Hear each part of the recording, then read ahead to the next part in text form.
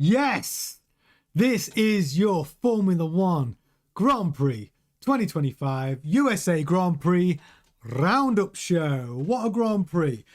Some interesting results. We did predict some things and we were completely wrong. We are going to be talking about our driver of the day, our dipstick of the day, and also some of those results and what is going on with Oscar Piastri. We're also going to be talking about how Ferrari actually performed pretty darn well in the US and lots of other things as well. This is your daily F1 news. I'm Tony Craig, and if you're an F1 fan, you are in the right place. Please hit the bell, hit the like button, share it to everyone you can. It makes a huge difference to the success of the channel. Did you enjoy the Grand Prix? Did you enjoy the weekend? Actually, fairly late night for us in the UK, wasn't it? These nighttime races. Hey DT, how the devil are you doing? We've all had some time to reflect on the USA Grand Prix in Austin, Texas. And now we're going to do a little roundup of our predictions and also, you know, we might be bordering on some sort of conspiracy theories because we need to talk about Oscar Piastri. But more importantly, we do need to talk about the entire weekend because there were some remarkable performances throughout the weekend, I think. And we may have been pretty quick. I agree, DT. Yeah, the sprint was more exciting than the race, but the race results were still interesting. And we are going to analyze all of it. But where do we start? I think let's start with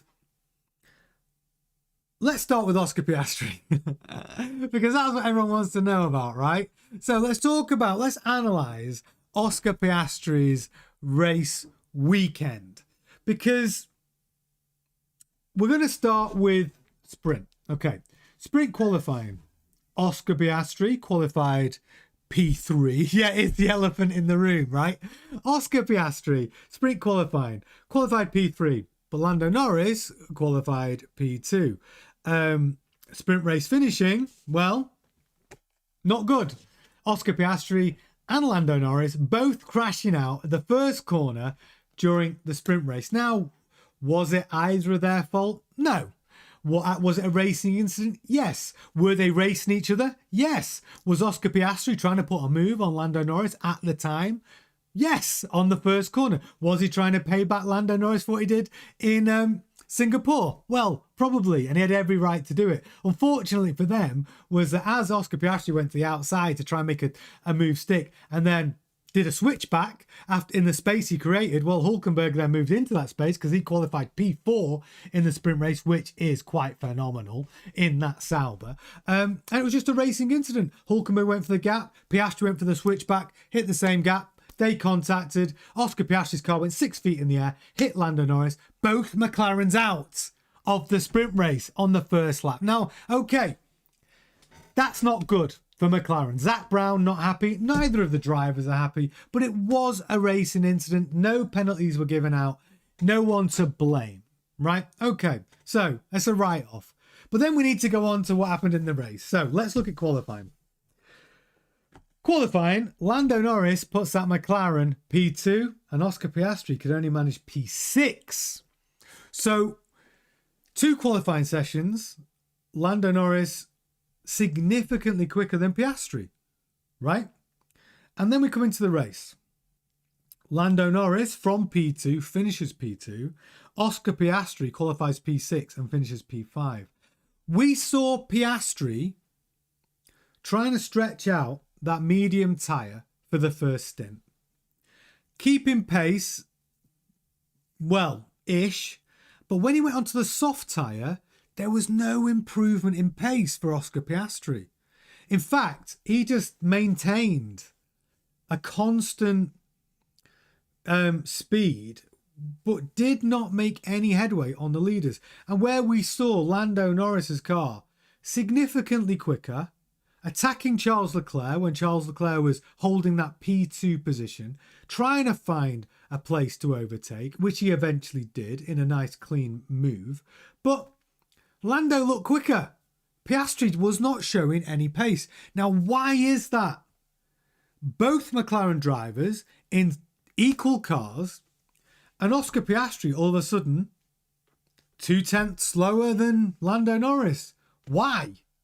Now, the conspiracy theorists would have you believe that McLaren favour Lando Norris. And because of that, maybe, just maybe, Lando Norris had a slightly different setup to Oscar Piastri.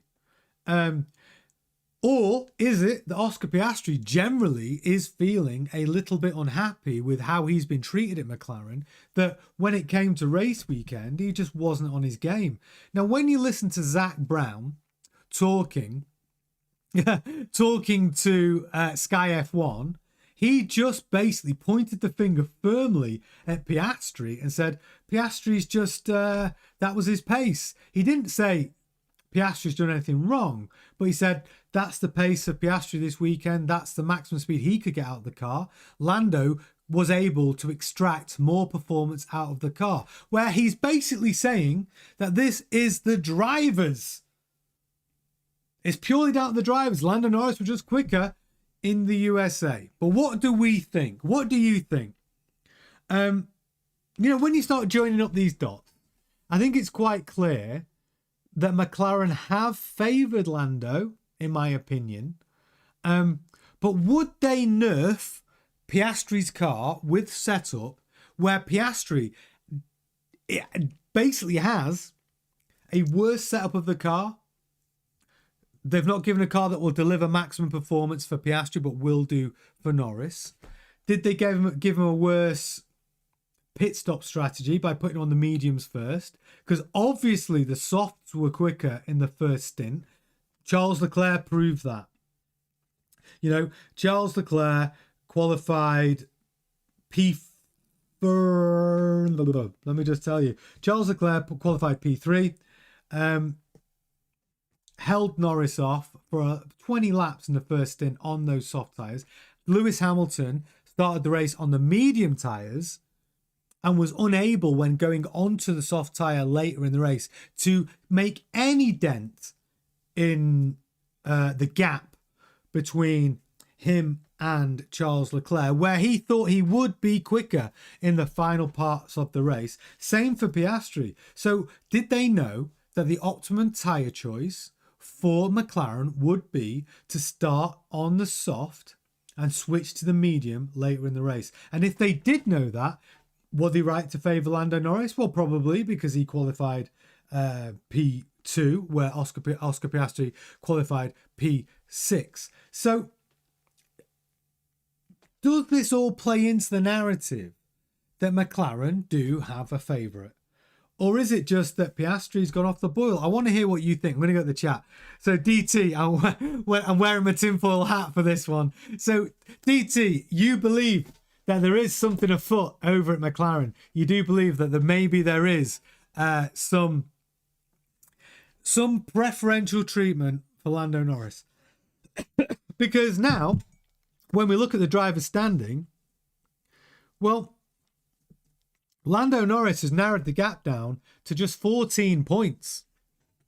Just 14 points from 33 between him and Oscar Piastri. I mean, and there's only now 40 points between Max Verstappen and Oscar Piastri. This is a significant decline in performance from Piastri, and it all stems from Baku, doesn't it? Terrible qualifying, put the car on the wall, and then crashing the car turn 3 or turn 5, whatever, first lap, jumping the start, hitting the anti-stall, going from P9 to the back of the grid, getting frustrated, crashing the car first lap. Like, this has been a negative spiral for Piastri. Is he throwing this away? And is it all his doing? Or are McLaren pulling the strings because they would prefer to see Lando Norris winning the World Drivers' Championship at the risk of Max Verstappen closing the gap and becoming a genuine title contender right now?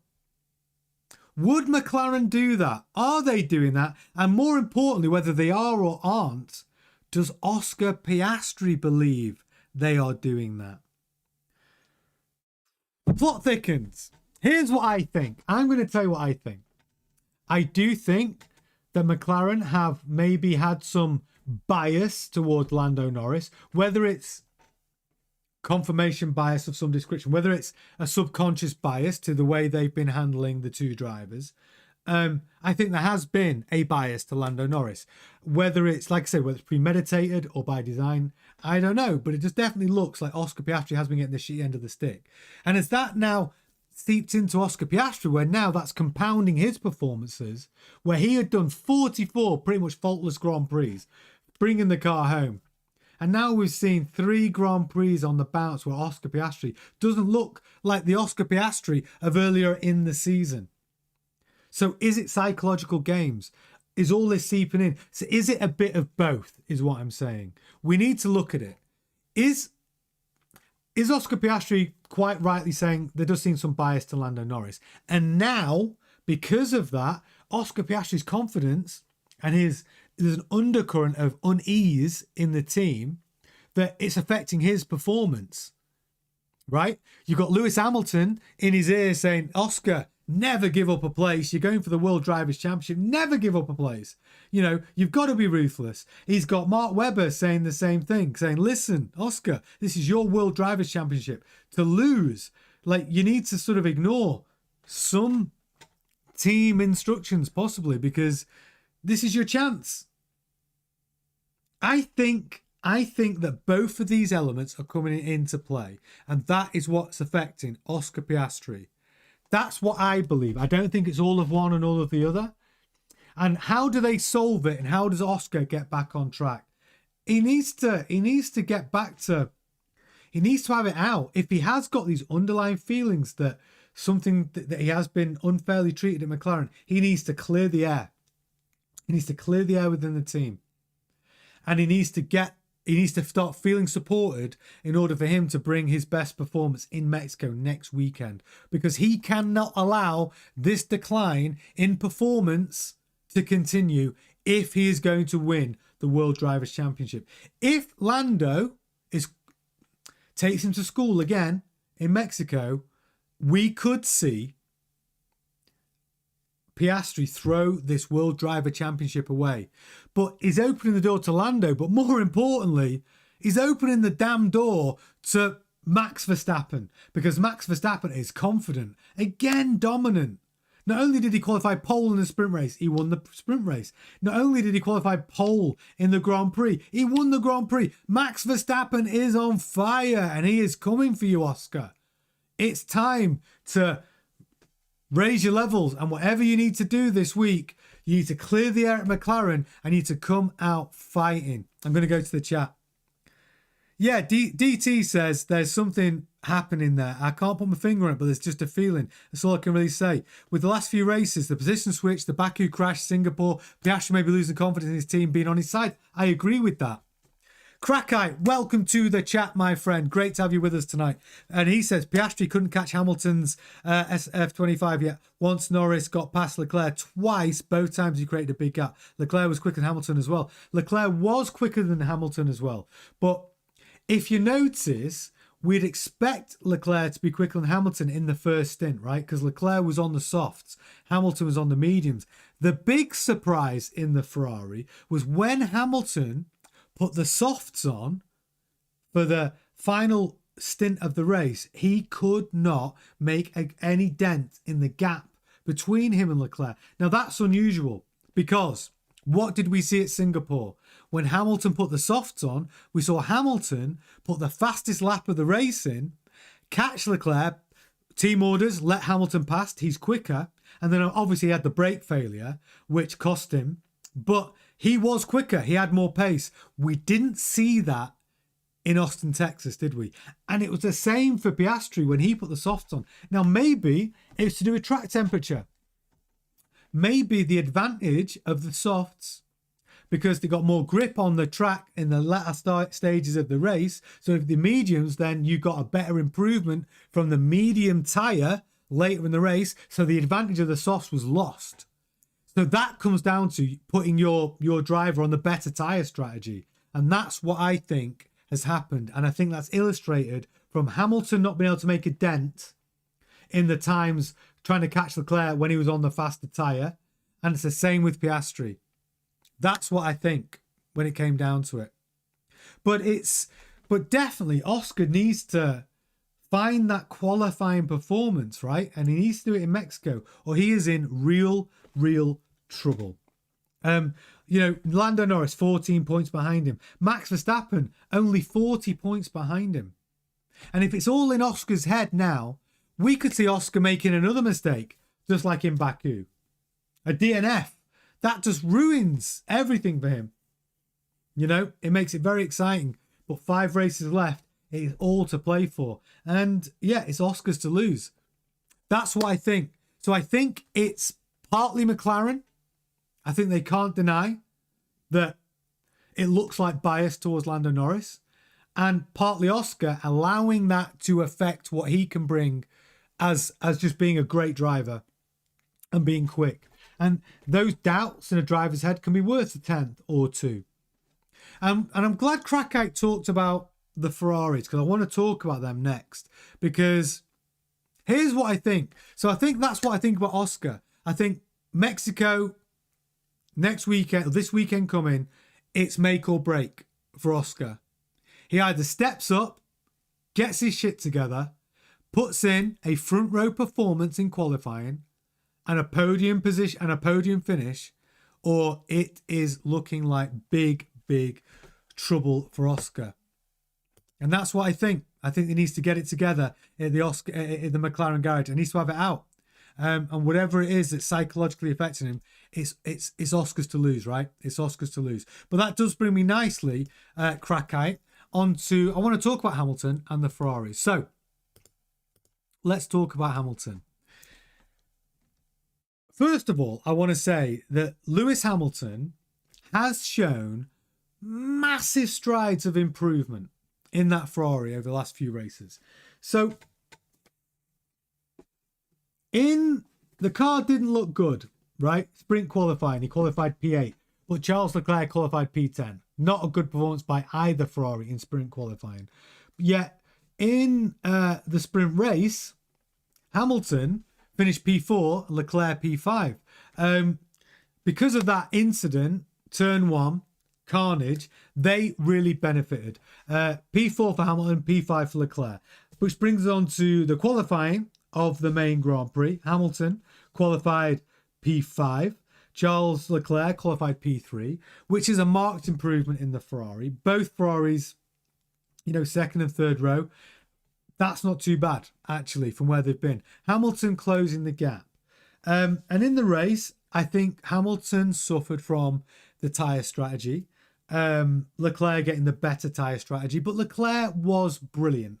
The way he drove to defend against Norris was fantastic. Okay, Norris did get past. But Leclerc did drive very, very well. He got driver of the day. But I've been thinking about this. He still wasn't my driver of the day, and I'll come to that later. We'll talk about our predictions, but he still wasn't my driver of the day. But coming to Lewis Hamilton, we can, I think, be quite proud of Lewis Hamilton, of how he has narrowed the gap between him and Leclerc. They're almost comparable at this point. And if he'd have had the soft tyre for the first stint, I think he would probably be in a similar position to Leclerc in the finishing positions in the Grand Prix. He didn't really put a foot wrong. It was just literally down to tyre strategy. And when he got on the softs, he lost the advantage because there was more grip on the track. Those mediums did better in the second stint. So that's all it was. But Lewis Hamilton, from where he was to talking about almost retiring, how he's not good enough, the car's not good enough, I do feel that Hamilton has improved a hell of a lot since the midway point of the season. And I think that's going to bode well going into next season on the brand new platform. So Ferrari in general terms now sit only 7 points behind Mercedes in the constructors. So Mercedes are on 341 points. Ferrari are now on 334 points. They're only 3 points ahead of Red Bull, but they are still in a fight to try and win second place in the constructors. Hey, Triplex, Thank you for joining our chat. They're a friendly bunch. Join the show, have your say. We are currently talking about Ferrari's marked improvement at the USA Grand Prix. Excuse me for losing my voice. And also Hamilton's marked improvement. And I think now it makes it more interesting for the constructors. Ferrari fighting for second place. Red Bull Racing fighting for second place. Mercedes fighting for second place. And any one of those teams could finish second in the constructors. And that is because Ferrari seem to be, first of all, bringing both cars home in the points. That's a good thing. And both drivers being competitive, being more on a competitive keel, much closer. And I think that's down to Hamilton. So we are seeing Hamilton moving in the right direction. What does it mean for Mexico? I'm excited to see. The one thing we do know about Ferrari, they're not bringing any upgrades to the car, right? It's only purely down to setup. There are no air upgrades. There are no floor upgrades, no suspension upgrades. This is the car. Whereas Red Bull keep bringing upgrades, right? They brought 6 new wings in the last 4 races. Brand new floor. So Red Bull Racing keep bringing upgrades for that car. Their biggest letdown, I have to say, and I'm not, is Yuki Tsunoda's not been delivering enough points. Although, to go from qualifying P13 and finishing P7 in Austin, Texas, and scoring points, I want to say well done to Yuki Tsunoda. But yeah, I'm going to go to the chat. Triplex says, to be honest, Red Bull Racing is probably getting second place, but really shouldn't for next year. Red Bull Racing next year, if that Red Bull power unit is any good, I will be incredibly surprised. And I mean comparatively to Mercedes power unit and comparatively to the Audi power unit, because all the data is telling us that Audi are delivering a good power unit for 2026. There's no good data on the Ferrari power unit, and there is no good data on the Red Bull Ford power unit.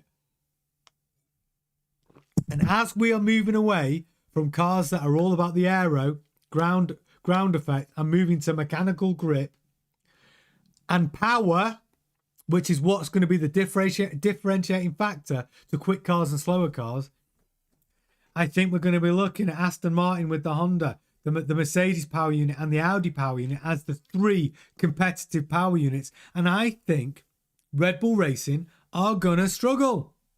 I do. And I think that Ferrari power unit is going to struggle. So yeah, exactly. Talking about Yuki. Yeah, it's a great. He made 6 places, so congratulations. Still doesn't excuse him for his crap qualifying performance, really, but to gain 6 places in the race, okay, credit where it's due. And we all know how hard it is to gain any places in Austin, Texas, right? George Russell. First lap, it's key. He went from P4 to P6, stayed P6 the entire race. Very, very hard to pass people and make up places. So Yuki, well done. And you're right, Yuki finished P7 in the sprint race, scoring points. So Yuki, he did okay. So yeah, Triplex says he did amazing both sprint and the race, 18th to 7th. And that's right, the sprint race, I forgot to mention that. From P18, and he was the biggest mover, wasn't he, from that first corner, lap 1 carnage. 18th to 7th was fantastic. He actually finished P7 in the sprint race. That was brilliant. So Yuki, like I said, why I say he did okay is because his qualifying performance in both was not good enough, right? Not good enough. So his race performance definitely meant for me that Yuki did okay. And that's why Yuki did not get dipstick of the day. So we need to talk about Max Verstappen, okay? Quickly, just a quick Mighty Max, obviously did brilliant. Qualified P1 in the sprint race, held P1 for the entire sprint race, maximum points. Grand Prix, qualified pole, yet again, held P1 for the entire race.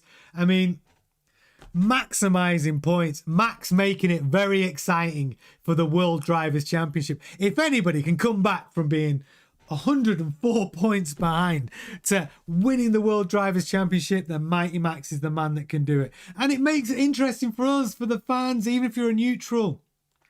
If you're a Max fan or not, it's making it interesting for the last 5 races. So Max, we salute you. You are obviously the greatest driver on the grid right now, maximising everything you can from that Red Bull. So fantastic. Well done, Max. He's your winner. And he is making it exciting. And his confidence is growing. And I think Max has a little feeling inside that he can win the 2025 World Drivers' Championship in the most spectacular way. So, yeah, we've got to say congratulations, and he has to get a special mention. Destroy Television said, would Max have won if Leclerc wasn't able to hold off Lando for so long in that first stint? Yeah, but listen. Charles Leclerc doing the best blocking job for Max Verstappen you've ever seen. I just kept on seeing Max tootle off, like, gaining a second, until all of a sudden he's got a gap of like 10 seconds. And it was all down to Max Verstappen, all down to Charles Leclerc holding up Lando Norris, defending for like 20 laps. So, yeah, best teammate for Max Verstappen for the USA Grand Prix is, of course, Charles Leclerc. And when we talk about Charles Leclerc, like, obviously everyone says he gets driver of the day, right? As you know, in our preview show, we all predict in the chat who is going to be who we think might be driver of the day, right? I know everybody thinks it was Charles Leclerc. He wasn't my driver of the day. I'm giving the F1 Grandstand driver of the day to my man, Nico Hülkenberg. I'm giving it to Nico Hülkenberg because our driver of the day isn't just for the Grand Prix, right? Our driver of the day at F1 Grandstand takes into account the entire Grand Prix weekend. We call it driver of the day because it sounds nice, but it's actually driver of the weekend. And it's Nico Hülkenberg.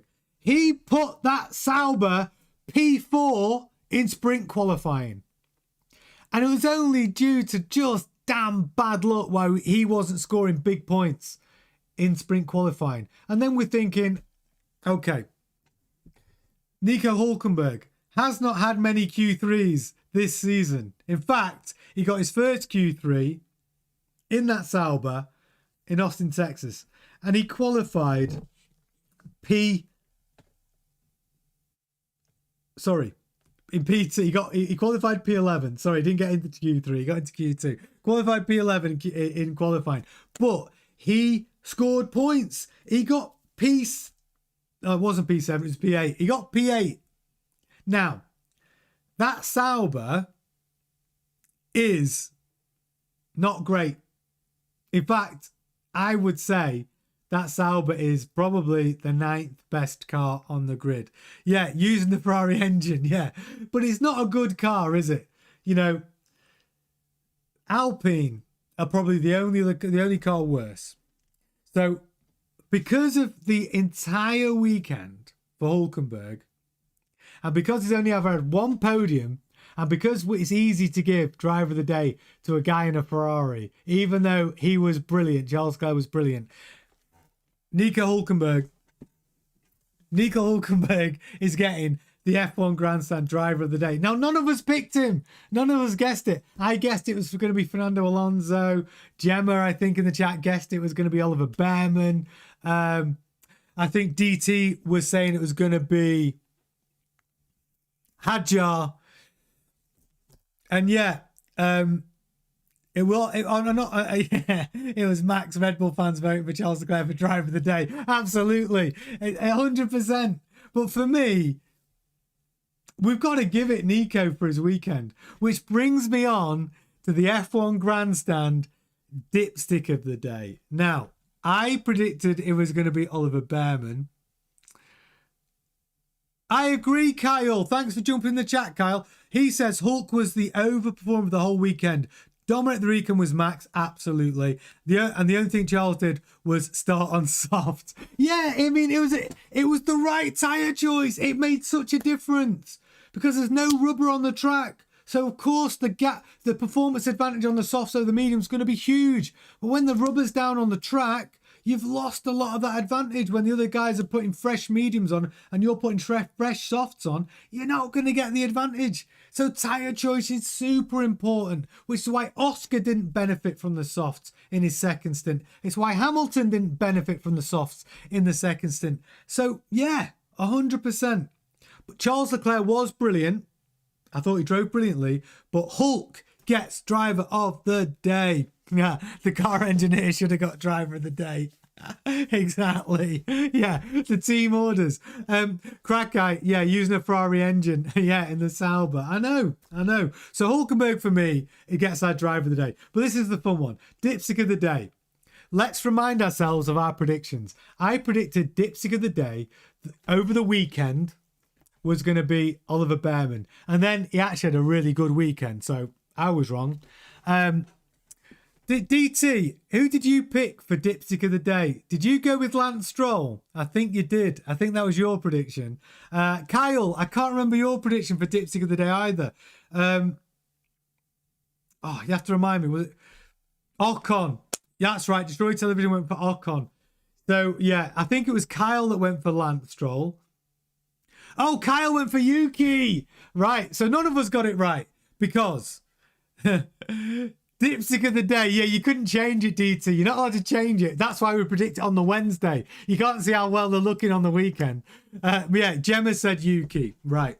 And obviously, the dipstick of the day for the weekend, purely for that move. He put an Ocon in the sprint race for like P15, 100 meters back, tunneled it, like literally gunned it into like turn 13, sideswiped into Ocon. Absolutely audaciously stupid. So Lance Stroll 100% wins the F1 Grandstand dipstick of the day without a doubt. Well, we can't just keep picking Lance Stroll because I know you lot love to bash Lance Stroll in the chat, but we can't just pick him every Grand Prix. So on Wednesday, when we do our preview show, not everybody can pick Lance Stroll for the prediction for dipstick of the day for Mexico. But Lance Stroll strolling into dipstick of the day at the USA Grand Prix. He wins the F1 dipstick of the day. Yeah, I know, DT. That move was just crazy. It was just crazy. But I will give him this. Lance Stroll qualified P19 for the Grand Prix and finished P12. He made up 7 places. So, even though you got dipstick of the weekend, because it's quite hard to pick a dipstick of the day, to be honest, in that Grand Prix, and Lance Stroll wins it. He did go from P19 to P12. So, you know, a little bit of credit for Lance Stroll where it's due. Crackeye says, dipstick with the Red Bull engineer who got caught trying to remove Lando's tape from his starting position. Yeah, true. True. But it's true. It's hard because when we were trying to look at the Grand Prix, Lance Stroll was the worst over the weekend, but you know, he made up 7 places in the Grand Prix, and credit to him for that. Didn't get in the points. Whereas Fernando Alonso, he did score a point for Aston Martin. Qualified P10. Finished P10. You know, the Circuit of the Americas, it is a very difficult track to gain places after the first lap. You know, if you don't get the jump on people, it's hard. It is hard. And now all I'm hoping for with the 2026 regulations is that we are able to see some better overtaking, and that extra power available from the little boost button on the steering wheel will mean that drivers can deploy that and put moves on at any part of the track that they want. I do not want to see that boost only available at certain parts of the track. I want the driver to choose when to get access to that extra power, and I want drivers to choose when they're going to defend by using the access to the power. That's what I'm hoping for. I want to see more interesting overtaking, right? I want to see, you know, the outside on Eau Rouge, right? I don't want to see it on the straights. We want to see fastest corners of the track where someone's going wheel to wheel like we used to. Round the outside, baby. Right? Don't we want that? We want to see some wheel to wheel going around like Eau Rouge, 180 miles an hour. That's what we want. That's what Triplex is saying. At this rate, we need street race style nitro. But that's what I want that boost button to be almost. I want it to be such a significant increase in horsepower that it is almost like boost button, right? That's what I want. Because in order to overtake, you need to be half a second. They say roughly to overtake the car in front, you need to be about half a second a lap quicker than the car in front. A lap. To make an overtaking move stick. So half a second a lap in order to make an overtaking maneuver. That's what they need to be. So, you know, when you do the maths, you're going to need to have a significant amount of power advantage when you hit that little button on your steering wheel, right? Because currently, if you're not half a second quicker than the guy in front, you're not making an overtaking maneuver stick. DT says, imagine if it was like Formula E where they had to drive over a very big part of the track. Yeah, we don't want any of that. That is literally like Mario Kart. Hit the arrows, you know what I mean, to get the boost, right? We want the driver to be able to deploy that boost when he feels like he can make a move stick. You know? And if that's on a, you know, fast speed corner, then we are here for it. Let's see some exciting racing, wheel to wheel. That's what we want to see. That is what we want to see. So yeah, I am hoping that the F1 gods allow that to happen, because that was the original intention for those regulations. And now those eggheads at the FIA are saying, maybe there'll be maybe 1 or 2 points on the track where that extra horsepower will be available. No! Because that's just what we've got with DRS right now. That's exactly what we don't want.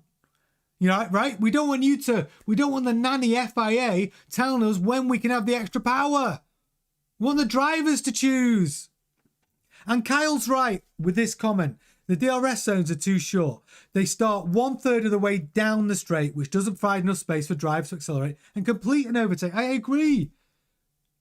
Why should you dictate when they get that extra horsepower? If the driver wants to deploy that horsepower at the wrong time, he ends up in the gravel. So be it. Right? So be it. Use it at the wrong time. Yeah, you're going to end up in the wall, in Baku, in Monaco. So don't use it at the wrong time. Use it at the right time. Make sure you know how to use it, when to use it, and how to make it stick. Because these cars in 2026, they will not have the aerodynamic grip.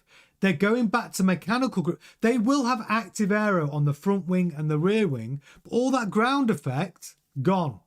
They're relying on mechanical grip, and the tyres are going to be smaller. So the cars effectively are going to be slower around a lap, but faster in a straight line.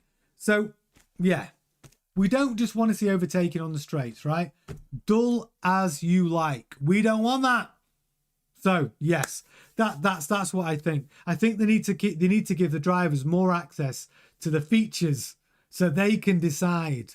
And that's what we are praying for in 2026. Please give us that, FIA. Let the drivers decide. More power to the drivers. But yeah, that's so going back to rounding up what we saw in Austin, Texas. And exactly. Then Kyle says, then you can't blame Stroll for trying to overtake in a corner. Yeah, and Triplex says the cars will be slower for like 2/3 of a season before engineers can figure out a way to be faster than before. Exactly. And we're also going to see there could be a 4-second gap between the slowest cars on the grid and the fastest cars on the grid in the beginning of the season next season. And then obviously the gap narrows as engineers realize that, hey, Adrian Newey's got it right. let's have a look at Aston Martin. He got it right off the bat, and then they all start copying, right? And the cars become closer and closer and closer aerodynamically, performance. And the cars look identical apart from the livery. And that will happen throughout the season, of course. But in Melbourne, we are going to see the biggest gaps. Of course we are. We're going to see, I could keep going on about it, but we're going to see Adrian Newey put a car on the grid, which is a rocket ship, let me tell you. That Honda engine's not going to be slow. And Adrian Newey is already working the loopholes in the regulations, I can tell you that. Fernando Alonso, your winner in Melbourne 2026. Put a bet on it. Put a bet on it. So yeah, that's what we're going to see. But round up where we're at now in this season. 5 races left. McLaren obviously have already won the Constructors. Here's your battle. Mercedes, 341 points in P2 in the Constructors. Ferrari, 334 points, P3. Red Bull Racing, 331 points, P4. Any one of those 3 teams could get P2 in the Constructors, and they're going to fight it out. The driver standings, this is where it gets exciting. Oscar Piastri still out in front on 346 points. Lando Norris on 332 points, just 14 points behind. Max Verstappen unbelievably closing the gap between him and those 2 drivers. He is just 40 points behind Oscar Piastri and just 26 points behind Lando Norris. He is in this fight for the World Driver Championship. It's getting exciting. Mexico is going to be a pivotal point for Oscar and for Max. We are not going to want to miss Mexico this weekend. It's going to be a late night for everyone in the UK, so make sure you join me for the live stream. But it's going to be emotional. So yeah, it's looking exciting. And the Ferraris, if they can just keep getting 2 cars in the top 6, well, they're going to hold their own. They're back in the fight for P2 in the Constructors. Are we going to see a podium for Hamilton? Or, before the end of the season? It's looking possible. But the thing about the Ferraris is, the driver who qualifies higher up the grid will get the better tyre strategy. That's the one thing we do know. Same with McLaren. So if Oscar wants to get the better treatment at McLaren in Mexico, Oscar needs to out-qualify Lando. You got to put a quicker lap in, son. You have to. And we'll see. We'll keep an eye on whether we believe McLaren are purposefully nerfing Oscar to allow Nat Lando to potentially become that World Drivers' Champion. I don't think they're doing that. I don't think they're nerfing the cars. But I do think there's been a subliminal preference for Lando, and Oscar does need to nip that in the bud this week with conversations in the McLaren camp, and he needs to come out fighting. This is Oscar's week to come out like a gladiator. He needs to turn it around.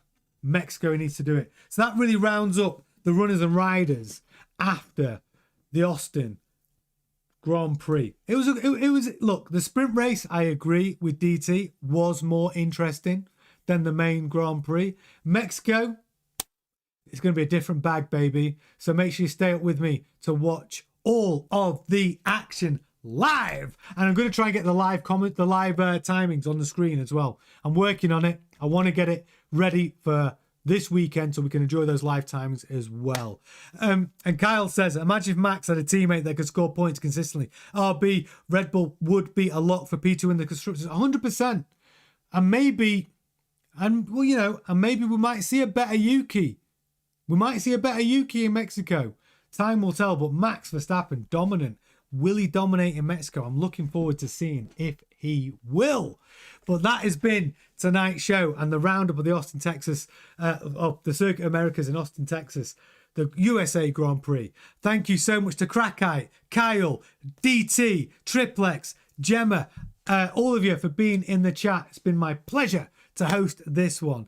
And that's I'm going to quickly touch on this actually. DT says Piastri did get nearly a 1 second faster pit stop, which made me take off my tinfoil hat. Yeah, Piastri did get a better pit stop. And what are they doing, McLaren? Sort your freaking tyre guns out, right? Come on. You can't be losing 2 seconds in a pit stop every Grand Prix. It's outrageous. You have to sort it out. Okay, thank you so much for watching. We'll be back tomorrow night, 7:30, same time, 7:30 GMT here in the UK. Make sure you tune in. And if there's any F1 news that breaks tomorrow, look out for that as well. Thank you so much for joining me. I will see you all tomorrow. Do enjoy the rest of your evening, and I will see you then. Ta-ta.